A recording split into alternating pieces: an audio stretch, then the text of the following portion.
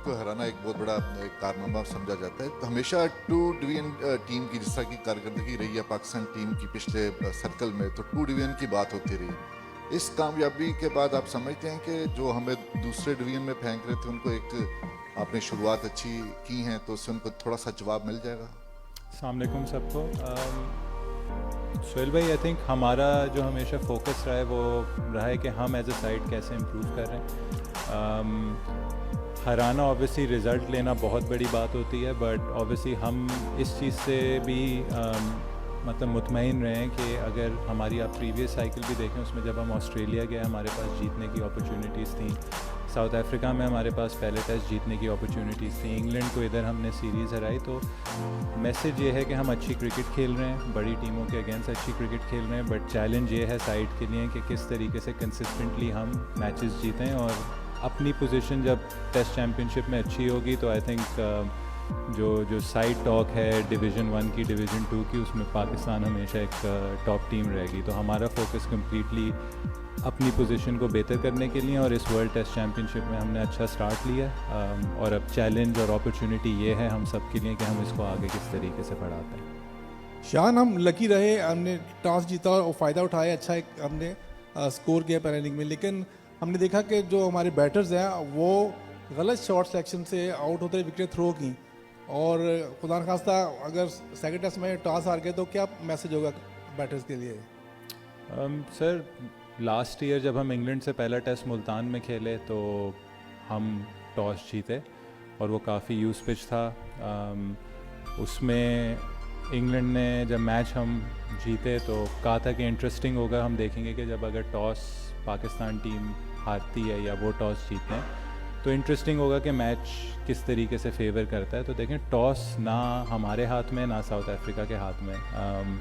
इसको लक कहना ये इवेंचुअली क्रिकेट में बराबर ही रहता है। अगर आप इसका रेशियो देखेंगे वो मतलब मे बी एक वक्त में किसी के फेवर में बहुत ज़्यादा होता है, लेकिन लॉन्ग टर्म उसमें देखेंगे तो टॉस बराबर रहता है। पिंडी में मैंने यही चैलेंज दिया था साइड को कि अगर हम टॉस हारते भी हैं तो हमारी जो टीम की जो पहचान है, आइडेंटिटी है, वो तभी ज़ाहिर होगी अगर हम टॉस हार के मैच जीतेंगे। और आई थिंक पिंडी में हमने अगर देखें अपनी one of the best test performances दिखाई थी लास्ट साइकिल में। साउथ शकील ने एक एक्सेप्शनल नॉक खेली थी, टेल ने बहुत अच्छा साथ दिया था, नोमान ने 30-35 किए थे, साजिद ने 40 किए थे। तो देखें, हमारे लिए ये चैलेंज है, अपॉर्चुनिटी, और हमेशा साइड को यही कहूँगा कि अगर ऐसी अपॉर्चुनिटी मिलती है तो हमें दिखाना चाहिए कि टॉस हार के भी हम किस तरीके से अपनी पहली इनिंग्स अच्छी खेल सकते हैं। फोर्थ इनिंग्स ऑब्वियसली मुश्किल होती है, और अगर देखा जाए हमने अपनी सेकंड इनिंग्स में काफ़ी मिस्टेक्स की हैं, बट देखें मिस्टेक्स होती हैं, ऐसी कंडीशंस में मिस्टेक्स होती हैं, हमें सीखना होगा, और अगर टॉस हारेंगे तो हम उस हिसाब से प्लान करेंगे कि किस तरीके से मैच जीतना है। शान, जब साल पहले ये डिसीजन हुआ था कि थोड़े से स्पिन ट्रैक्स प्रिपेयर करेंगे और बिकॉज 20 विकेटें लेने का वो चांस है, तो उसके बाद आपको लगता है कि ये जो टेस्ट मैच है ये सबसे ज़्यादा क्लोजली उस आइडियल टेम्पलेट और पैटर्न को फॉलो किया in terms of first innings runs और फिर दूसरी ऑपोजिशन को फंसा लेना? डू यू थिंक कि अब थोड़ा सा मेच्योर हो रहा है इन टर्म्स ऑफ कि आप हर टेस्ट मैच में क्या करना चाहते हैं जब आप पहले बैटिंग करें? आई थिंक हम सब कलेक्टिवली एडमिट करेंगे कि जो मुल्तान में वेस्ट इंडीज़ के ख़िलाफ़ कंडीशंस थी वो बहुत एक्सट्रीम लेवल पे उसमें वो था। तो उसमें आई थिंक दोनों बॉलिंग अटैक्स लेवल हो गए थे और बैटिंग करना इतना आसान नहीं था। उसमें टॉस, उसमें फ़र्स्ट इनिंग्स लीड, ये चीज़ें बहुत ज़्यादा मैटर कर रही थी। अगर आप इस पिच को देखें तो आई थिंक ये काफ़ी सिमिलर थी पिंडी के नेचर में, जो हम इंग्लैंड के ख़िलाफ़ पिंडी में टेस्ट खेलें, और उसमें भी जैसे मैंने कहा कि साउथ शकील ने दिखाया कि किस तरीके से अगर कोई बैट्समैन अपने आप को सेट करे वो एक अच्छा लंबा 100 कर सकता है, और आप फर्स्ट इनिंग्स में ही, मतलब जो गेम की सेकंड इनिंग्स है उसमें आप ऑपोजिशन पे प्रेशर डाल सकते हैं टॉस हार के भी। तो आई थिंक टेम्पलेट है ये पिच, और पिंडी की पिच रिलेटिवली बैट्समैनों को मौका भी देती है कि जो सेट होता है, साउथ अफ्रीका ने भी दिखाया कि जो बैट्समैन सेट होता है, जब भी पार्टनरशिप लगती है तो ऐसा लगता है कि गेम बिल्कुल सीधा हो गया है। आज भी जब ब्रेविस और रिकल्टन बैटिंग कर रहे थे और एक वक्त आई थिंक 150 से भी नीचे स्कोर आ गया था, तो एज अ कैप्टन काफ़ी मतलब वो एक स्ट्रेसफुल सिचुएशन थी, बट बॉलर हमेशा गेम में रहता है। और अच्छी चीज़ आज ये थी कि हमारी जो आर्मरी है उसमें हमें अपने पेसेस से भी रिस्पांस मिला। शाहीन ने एक्स्ट्रॉर्डनरी बॉलिंग की, और देखें अगर टेस्ट चैम्पियनशिप में अच्छा करना है, एज ए टेस्ट टीम अच्छा करना है मूविंग फॉरवर्ड, तो हमें हर डिपार्टमेंट से परफॉर्मेंसेस चाहिए होंगी और एफर्ट चाहिए होगा, और आई थिंक इस टेस्ट मैच में हमें वो चीज़ें मिली हैं। पिच तो तकरीबन सेम ही होगी, पिंडी वाली सेम होगी, तो क्या एक स्पिनर का इजाफा किया जाएगा, कोई एक्सपेक्टेड है, या फिर जो हसन अली है उनकी जगह खुरम को चांस दिया जा सकता है? सर देखें, वो ऑब्वियसली पिंडी जाएंगे, देखेंगे। यहाँ से बैठे हुए हम नहीं कह सकते कि पिंडी का पिच कैसा खेलेगा। होपफुली जैसे हमने कहा है, अगर हम कह रहे हैं कि हमें इन्हीं कंडीशंस में खेलना है तो उसी टाइप का होगा जैसे यहाँ मिला या जैसे इंग्लैंड के ख़िलाफ़ पिंडी में मिला। हसन अली और शाहीन शाह को खिलाने का जो एक तो साथ खिलाना और दोनों का खेलना अपनी इंडिविजुअल एबिलिटी पे, एक वो चीज़ था कि हमारी नज़र में as a team management I think reverse swing की जब बात आती है तो आई थिंक वो पाकिस्तान के बेस्ट बॉलर्स हैं, और उन्होंने करके भी दिखाया हुआ है कि रिवर्स स्विंग किस तरीके से होती है। तो अगर दो सीमर्स की पर्सनल वही हुई तो आई थिंक हसन अली और शाहीन शाह से बेहतर रिवर्स स्विंग के एक्सपोनेंट्स नहीं हैं इस वक्त पाकिस्तान क्रिकेट में। खुर्रम शहजाद बहुत अच्छे बॉलर हैं, उन्होंने हमने जब भी सीमिंग फ्रेंडली कंडीशंस में खेला है, किसी भी कंडीशंस में खेला, उन्होंने हमेशा अच्छा रिस्पांस दिया है। बट आई थिंक इस वक्त पाकिस्तान के लिए शाहीन शाह और हसन अली बहुत अच्छे रिवर्स स्विंग के एक्सपोनेंट्स हैं। शान, पहले तो कॉन्ग्रेचुलेशन।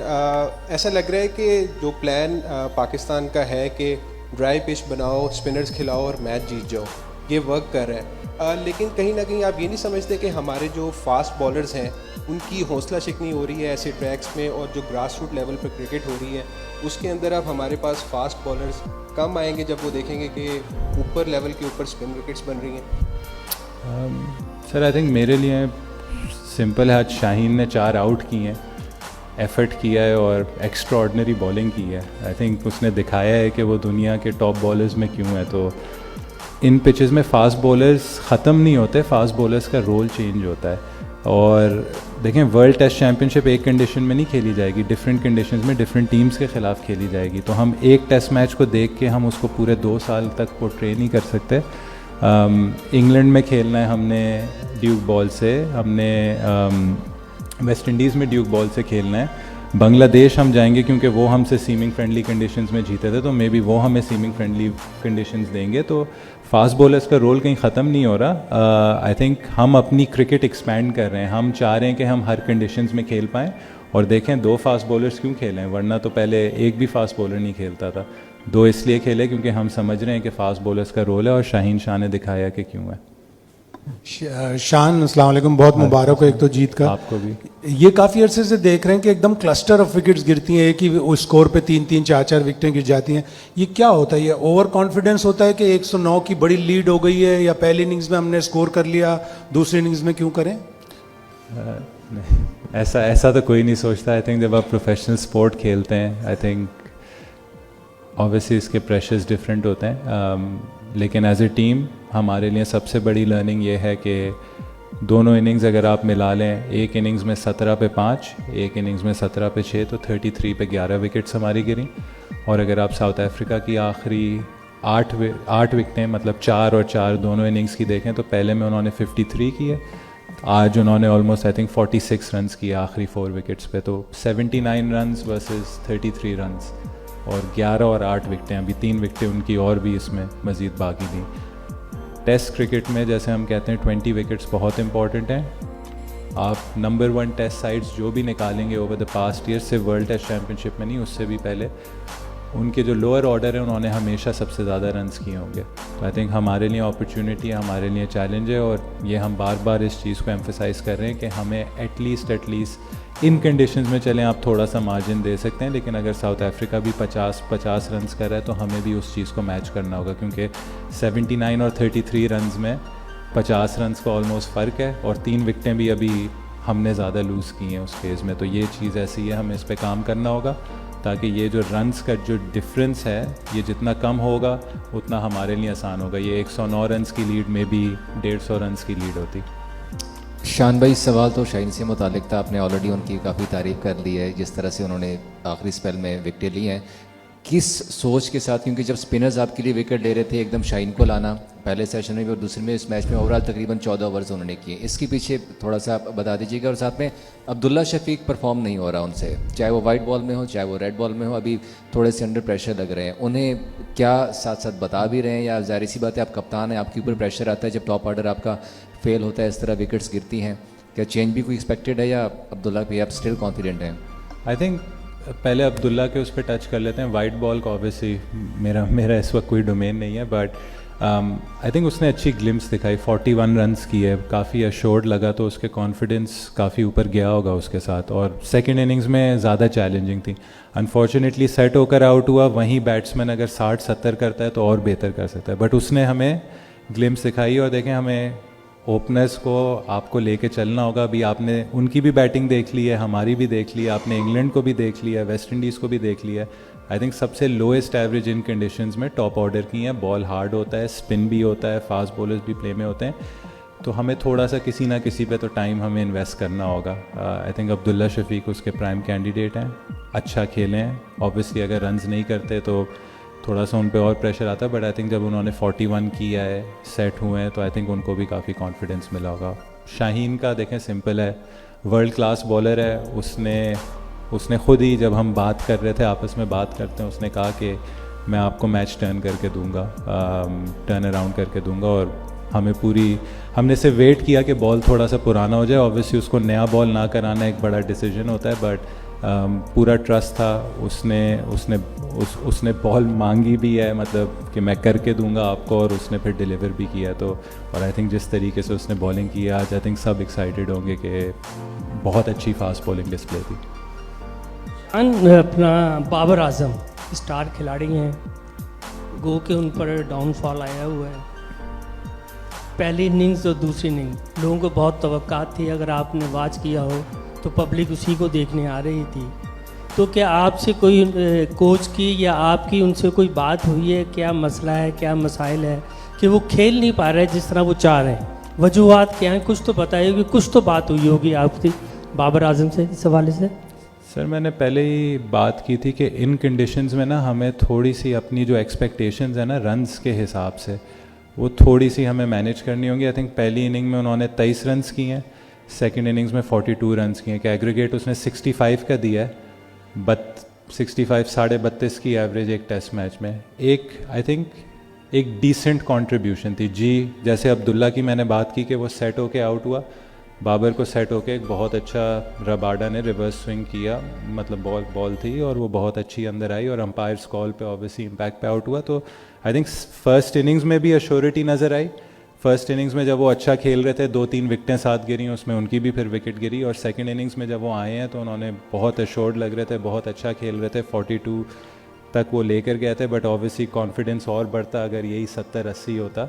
बट हम सबको पता था कि कंडीशंस इतनी आसान नहीं है। आज जैसे साउथ अफ्रीका के भी बैट्समैन हैं, 40 पे रिकल्टन आउट हुआ, 50 पे ब्रेविस आउट हुआ, तो कंडीशंस के हिसाब से स्कोर की एक्सपेक्टेशंस भी थोड़ी सी इसमें लो हो जाती हैं। इमाम शान, कॉन्ग्रेचुलेशंस पहले तो। दूसरा मैं पूछना इमाम पे ही चाह रहा था आपसे कि इमाम का क्योंकि कमबैक हुआ था 2 साल बाद, टीम में वापस आए थे, 93 उन्होंने रन्स किए थे, आपके साथ उन्होंने अर्ली विकेट जब गिरी तो पार्टनरशिप बड़ी ज़बरदस्त लगी थी। क्या बात हो रही थी आपकी इमाम के साथ उस दौरान, और इमाम को आप कैसे कॉन्फिडेंस दे रहे थे? देखें, आई थिंक वो मुझे काफ़ी कॉन्फिडेंस दे रहा था जिस तरीके से वो खेल रहा था, स्पेशली उसने स्पिनर्स पे जिस तरीके से फीट यूज़ की हैं। और मैसेज क्लियर था कि हमने ये कोशिश की कि इस पार्टनरशिप को जितना हम लंबा लेकर जा सकेंगे। और अगर आप डिफरेंस भी देखें तो पहली इनिंग में हमारी ऑब्वियसली बाकी विकेटें तो काफ़ी कम रन्स पे गिरी हैं, बट हमने 2 160 रन्स की पार्टनरशिप की हैं। और यही डिफरेंस था जो साउथ अफ्रीका ने आई डोंट थिंक कोई 100 रन्स की पार्टनरशिप जोड़ी। तो हमारा मैसेज सिंपल था।